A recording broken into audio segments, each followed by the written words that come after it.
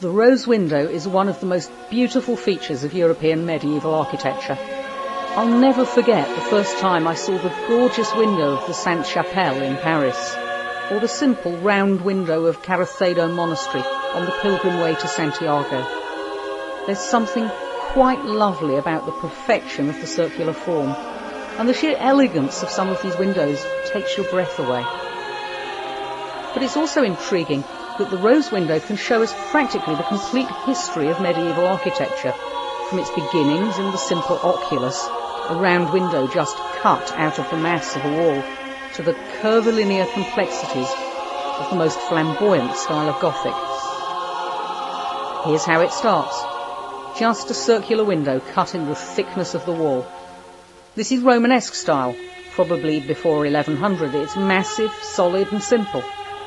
The very simple style continues in the Cistercian monastic order, with windows like these at Noirlac, Silvacan, Heisterbach and Fossa Nova.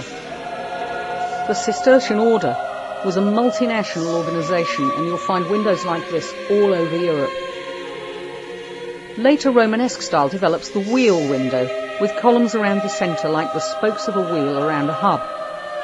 This is a nice example at Tuscania in central Italy. It's cut out like a little lace doily. Date about 1250. You wouldn't see that in France, but Italy hung on to the Romanesque style long after France had gone all singing, all dancing Gothic. There are lovely, delicate, lace-like roses at Troia, Assisi, Palermo, Trani, Bari, Bitonto, all designed to be best seen from the outside, some with perforations and even perhaps a little Islamic influence. More simple in structure is this window at Saint-Étienne in Beauvais, northern France, dated about 1150. But it's interesting because the artist has adapted it to show the Wheel of Fortune. If you look carefully, you can see little figures being spun around the wheel. The wheel carries them up on the left, and at the top, the little figure of a king rules the roost. But the wheel also carries them down, flinging them headlong to ruin on the right-hand side. There's another Wheel of Fortune at San Zeno, Verona, and yet another on the south facade of Amiens Cathedral, and I wonder how many we've lost. But though there are some good Romanesque examples of round windows, it's the Gothic that really develops the rose window. Here's one of the earliest. It's the North Rose at Laon Cathedral in northern France, about 1200. It's still really simple. The circles are all cut out of the solid stone, and still there's quite a high proportion of stone to glass. It's made up of circles within circles. But tracery soon develops, ribs of stone dividing the spaces. Laon's western rose is much more developed, with more glass, and the wheel feelings disappeared here. And instead of circles within circles, we very soon move on to petals and segments. So here's Chartres a little later, and another one at Chartres.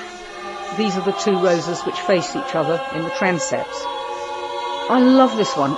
This is the North Rose, the way the lozenges seem to spin around, and the way that including straight-sided shapes in the window gives it an almost op-art feel. By the Middle Gothic period, French cathedrals and larger churches had pretty much standardised their facades to use a rose window as the central feature. The amount of glass in the window is much higher, and the stone has been cut right back and thinned down as much as possible. Structurally, some of these are incredibly daring works. Here's Paris, Reims, Amiens, Strasbourg. You can see why the style is called rayonnant in French, radiating, from the way the circles radiate outwards from the centre.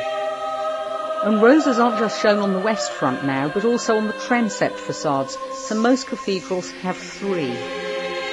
Laon, by the way, has 4 because it's got a flat east end with another rose window there. The French style was influential throughout Spain as well. Here's Santa Maria del Pi in Barcelona, and here's Burgos Cathedral.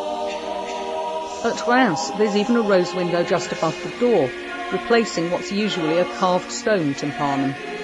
And later roses also fill in the gaps between the rose window and the sides of the building with extra glass, both above and below, so the whole wall becomes a mass of glass. Look at the difference between Lan, this is an earlier window, where the rose window's deeply set into an arch, and the transept facade of Saint-Denis, where master mason Pierre de Montreuil built this fantastic window which dominates the entire width of the facade.